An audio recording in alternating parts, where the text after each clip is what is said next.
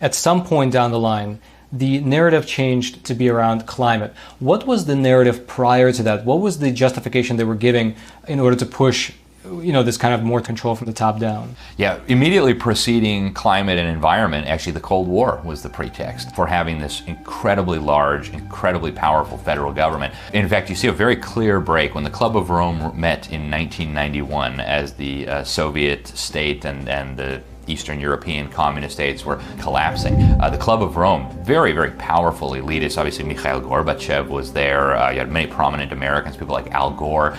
They got together and they came up with this incredible document where they actually said we need a new justification for this all-powerful state. So the new excuse is going to be because the environment is going to be harmed and because climate is going to hurt us. Wait, what? I could not believe what I just heard.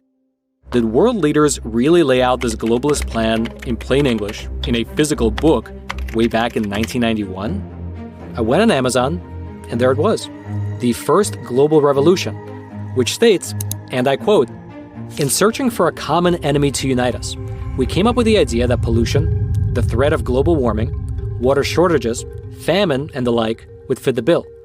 And therefore, the real enemy is humanity itself." The science is clear.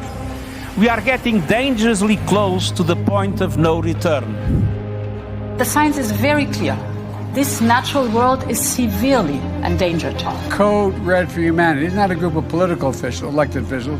These are the scientists. There is a top-down quality to this policy which is extremely forceful, and the forcefulness comes from scientism, which is the ideology that we understand the world fully because of science. We have to listen to the science so that we have a better future for tomorrow. This is just ideological BS, and it's also quite dangerous. It's a dangerous way of looking at the world because then it means nothing matters apart from science.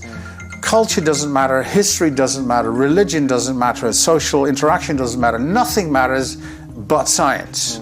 You don't need to be a theologian or philosopher to understand that that's complete nonsense, but also dangerous nonsense. If nothing matters than just science, then what kind of a world do we actually live in?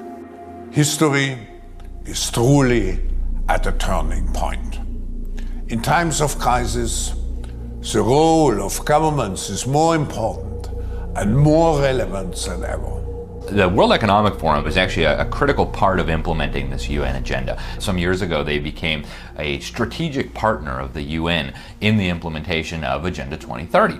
And then you start looking at the connections between the World Economic Forum and China. Klaus Schwab and Xi Jinping, they're like old buddies. They put out press releases about how much they love each other. So you've got the super capitalists represented by the World Economic Forum. And then on the government side, you have communists, right? After Agenda 2030 was adopted, the Communist Party in China put out through all their propaganda organs, they said, we played a critical role in this Agenda 2030. You had Javier Solana, the head of NATO, saying this was going to be the next great leap forward, right? The last great leap forward in China killed millions of people. Why would we want another one of those? That's crazy.